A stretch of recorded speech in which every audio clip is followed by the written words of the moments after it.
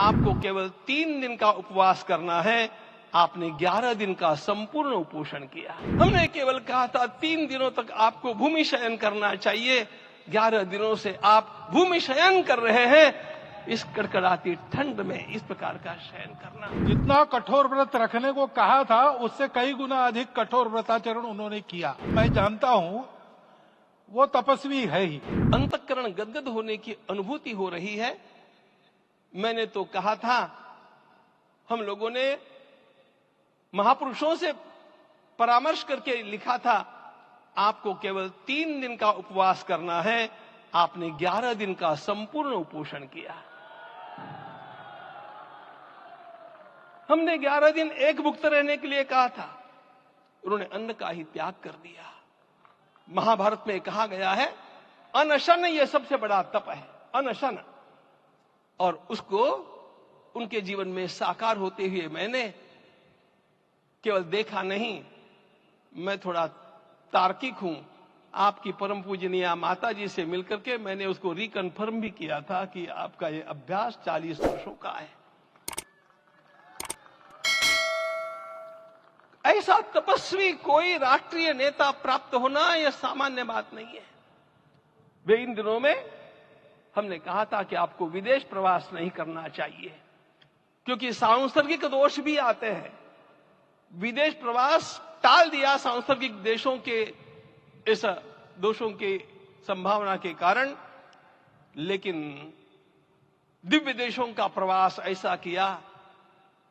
नासिक से आरंभ किया, गुरुवायूर गए, श्रीरंगम गए, रामेश्वरम गए।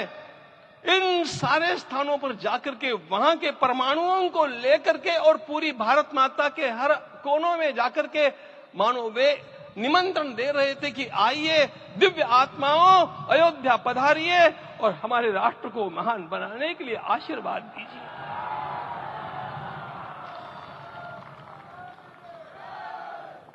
हमने केवल कहा था 3 दिनों तक आपको भूमि शयन करना चाहिए। 11 दिनों से आप भूमि शयन कर रहे हैं। इस कड़कड़ाती ठंड में इस प्रकार का शयन करना, मित्रों, ब्रह्मा जी ने सृष्टि को निर्माण किया। उस समय उन्होंने एक शब्द को सुना था। भारत की संस्कृति का सबसे मूल शब्द है तप, तप इति। हमारे पूज्य गुरुदेव के गुरुदेव परम गुरु कहा करते थे, कांची के परमाचार्य जी महाराज, तपश्चर। मैं जब भी उनसे मिलता था वे कहते थे तपश्चर। आज तप की कमी हो गई है और उस तप को हमने साकार आप में देखा। मुझे इस परंपरा को देखते हुए केवल एक राजा याद आता है जिसमें यह सब कुछ था, और उस राजा का नाम छत्रपति शिवाजी महाराज। छत्रपति शिवाजी महाराज। मित्रों, लोगों को पता नहीं है शायद, वे स्वयं जब मल्लिकार्जुन के दर्शन के लिए श्रीशैलम के ऊपर गए, 3 दिन का उपवास किया, 3 दिन शिव मंदिर में रहे और महाराज ने कहा कि मुझे राज्य नहीं करना है, मुझे संन्यास लेना है। मैं शिव जी की आराधना के लिए जन्मा हूं, मुझे संन्यास लेना है, मुझे वापस मत ले जाइए। इतिहास का वो बड़ा विलक्षण प्रसंग है। उस प्रसंग में उनके सारे ज्येष्ठ मंत्रियों ने उनको समझाया और लौटा करके लाया कि यह भी आपका कार्य भगवत सेवा ही है।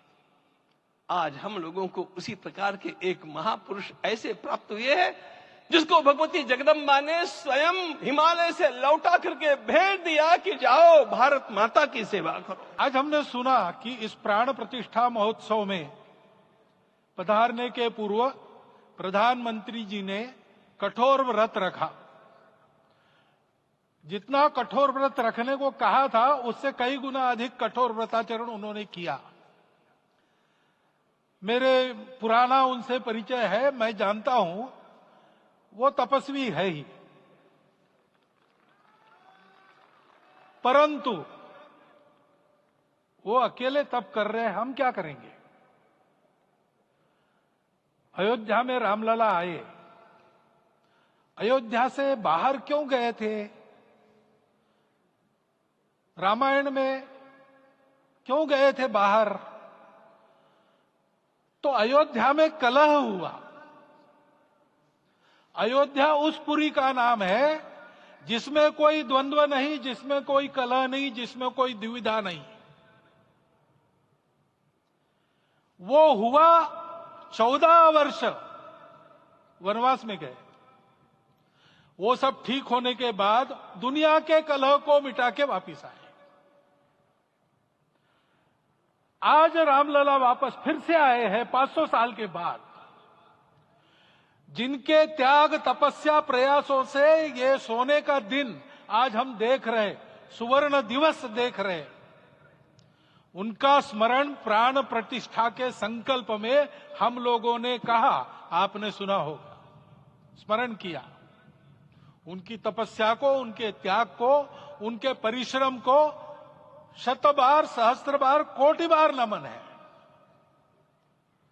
रामलला के यहां इस युग में आज के दिन फिर वापस आने का इतिहास जो जो श्रवण करेगा वो राष्ट्र के लिए कर्म प्रवण होगा और उसके राष्ट्र का सब दुख दैन्य हरण होगा। ऐसे इस इतिहास का सामर्थ्य